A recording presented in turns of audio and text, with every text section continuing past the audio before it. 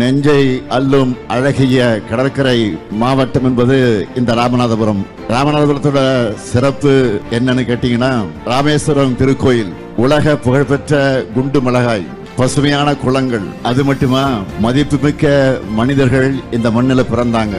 சேதுபதி மன்னர்கள், வள்ளல் பாண்டித்துரை தேவர், பசும்பொன் முத்துராமலிங்க தேவர் திருமகனார், தியாகி இமானுவேல் சேகரனார், உலகையே இந்தியா பக்கம் திரும்பி பார்க்க வைத்த அணு விஞ்ஞானி மேனாள் குடியரசுத் தலைவர் மதிப்பிற்குரிய அப்துல் கலாம், இவர்களை எல்லாம் தந்த மண் இந்த மண்.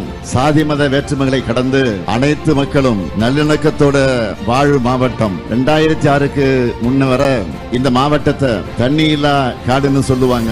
அதை மாற்ற நான் உள்ளாட்சித்துறை அமைச்சராக பொறுப்பேற்ற உடனே தலைவர் கலைஞர் அவர்களின் அறிவுரைப்படி ராமநாதபுரம் கூட்டுக்குடிநீர் திட்டத்தை உருவாக்கினார். அதை தொடங்கி வைக்க வருகை தந்த தலைவர் கலைஞர் அவர்கள் அந்த மேடையிலே சொன்னார், இந்த திட்டப்பணியை, இந்த பெரும்பணியை 3 ஆண்டுகள்ல செய்ய முடியும் என எனக்கு அதிகாரிகள் சொல்லி இருக்கிறார்கள். இதை முன்னரே முடிக்க முடிஞ்சா பரிசு பொருட்களோட அந்த திறப்பு விழாவுக்கு வருவேன்னு சொன்னார். 2 ஆண்டுகள்ல உங்களுக்காக செஞ்சு முடிச்ச அதிகாரிகளுக்கு அந்த பரிசை பெற்றுக் கொடுத்த இந்த ஸ்டாலின் கிட்ட இன்றைக்கு பெருமையோட அந்த உணர்வை பெற்று வாக்கு கேட்க வந்திருக்கிறேன்.